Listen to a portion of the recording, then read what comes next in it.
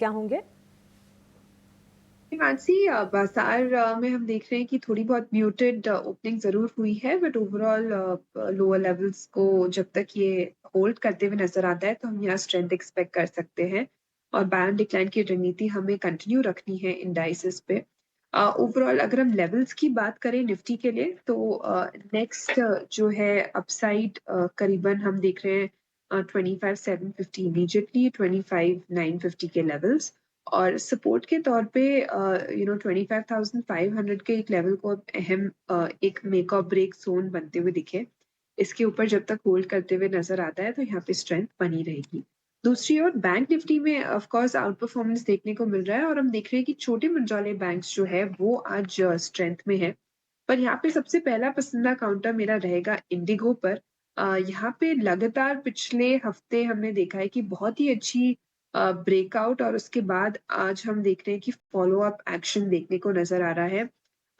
काफ़ी जो global factors थे वो भी ईज़ आउट होते हुए दिखे हैं और ये सेक्टर में हम देख रहे हैं कि वापस बाइंग इंटरेस्ट इमर्ज हो रही है। इंडिगो स्पेसिफिकली अपने प्रीवियस रेजिस्टेंस लेवल्स को अब सपोर्ट बनाते हुए नज़र आ रहा है, तो क्लियरली यहाँ पे रोल रिवर्सल है ऑन कार्ड्स। तो यहाँ पे नज़र रहेगी मेरी खरीदारी के मौके ढूँढने नेक्स्ट 6100 तक के लेवल्स के लिए और 5780 के एक स्टॉप लॉस को मेंटेन करते हुए।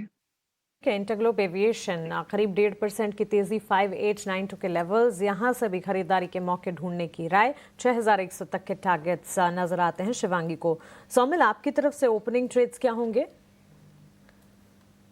ओवरऑल पॉजिटिव व्यू है तो स्टॉक स्पेसिफिक एक्शन बहुत अच्छा दिखाई दे रहा है। रेलवे स्टॉक्स अच्छे दिखाई दे रहे हैं। जो स्मॉलर स्टॉक्स है वो भी बहुत अच्छे हैं, स्मॉलर बैंकिंग स्टॉक्स।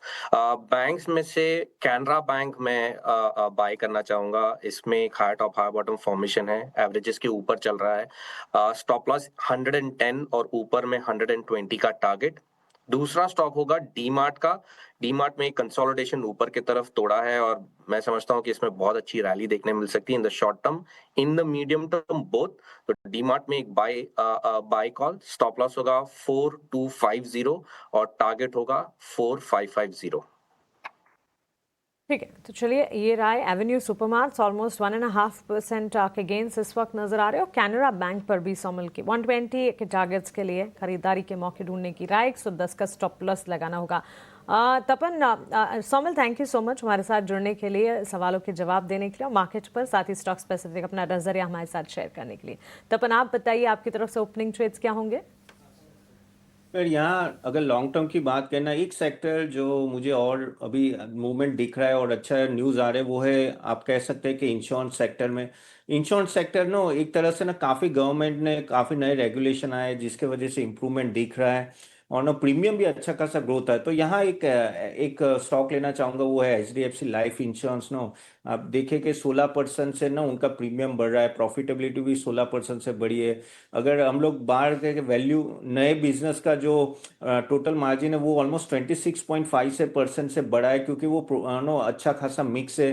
पार नॉन पार प्रोडक्ट्स में भी नो 25% का ग्रोथ आ रहा है और इनका market share one of the highest है। अगर प्राइवेट प्लेयर की बात में करें तो 16% के आसपास। मुझे यहाँ लग रहा है कि इनके परसिस्टेंसी रेशियो ऑलमोस्ट 63% से आगे बढ़ेंगे और यहाँ से भी वीएनबी और एम्बेडेड वैल्यू 4.5-5 साल में डबल हो सकता है, तो यानी 17 से 18% का ग्रोथ आ सकता है। तो अगर लार्ज कैप की बात करें और जिस तरह की इनकी नो ग्रोथ होगी और पूरा फेवरेबल इंश्योरेंस सेक्टर एक कंसिस्टेंट रिटर्न मुझे लग रहा है कि एचडीएफसी लाइफ इंश्योरेंस यहाँ से दे सकता है। तो लंबे समय के लिए आप ये स्टॉक को सोच सकते हो बाय करने के लिए। ओके, सो ये राय लाइफ इंश्योरेंस प्लेस पर लगातार फोकस है और इन पर नज़र भी होनी चाहिए। एचडीएफसी लाइफ 804 के लेवल्स पर पिछले हफ्ते काफ़ी सारे ब्रोकरेजेस की भी रिपोर्ट लाइफ इंश्योरेंस पर और लाइफ इंश्योरेंस से जुड़ी कुछ तमाम खबरों के चलते भी ये सेगमेंट फोकस पे